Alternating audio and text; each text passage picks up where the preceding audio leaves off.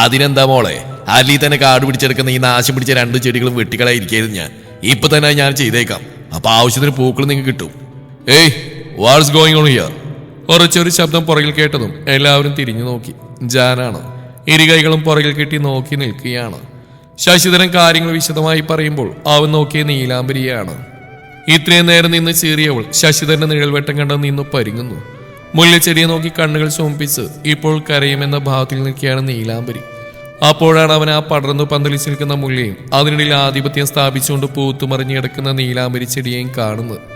കണ്ണിൽ നിന്നും cooling glass എടുത്തു മാറ്റി അവൻ മുകളിലേക്കൊന്ന് നോക്കി. ഏതോ ഒരു മുറിയുടെ ജനലിൽ മുട്ടിയൊരുമേൽക്കുന്ന മുല്ലച്ചെടിയും നീലാംബരി ചെടിയും ചെക്കന്റെ ചുണ്ടിൽ ഒരു പുഞ്ചിരി മുട്ടിയിട്ട് അവൻ അങ്ങനെ തന്നെ മുകളിലേക്ക് നോക്കിയെന്ന് കണ്ണുകൾ താഴ്ത്തി നീലാംബരിയെ നോക്കി. അവനെ തന്നെ നോക്കിയെന്നവൾ പെട്ടെന്ന് അവനിൽ നിന്നും മുഖം മാറ്റി കളഞ്ഞു. അവ ആരുടെ റൂമാ? ഉള്ളിൽ ഒളിപ്പിച്ച കുറുമ്പോടെ ജാൻ ചോദിക്കുമ്പോൾ ശശിധരനുള്ള മറുപടി കൊടുത്തു. നീലാംബരിയുടെ മുറിയാ. ആദ്യം ഈ മുല്ല മാത്രമേ ഇവിടെ ഉണ്ടായിരുന്നുള്ളൂ. പിന്നീട് എപ്പോഴാണ് ഈ കാട്ടുചെടി അതിൽ പടർന്നു കയറിയത്. ഇവിടെ പേര് തന്നെയാ നീലാംബരി.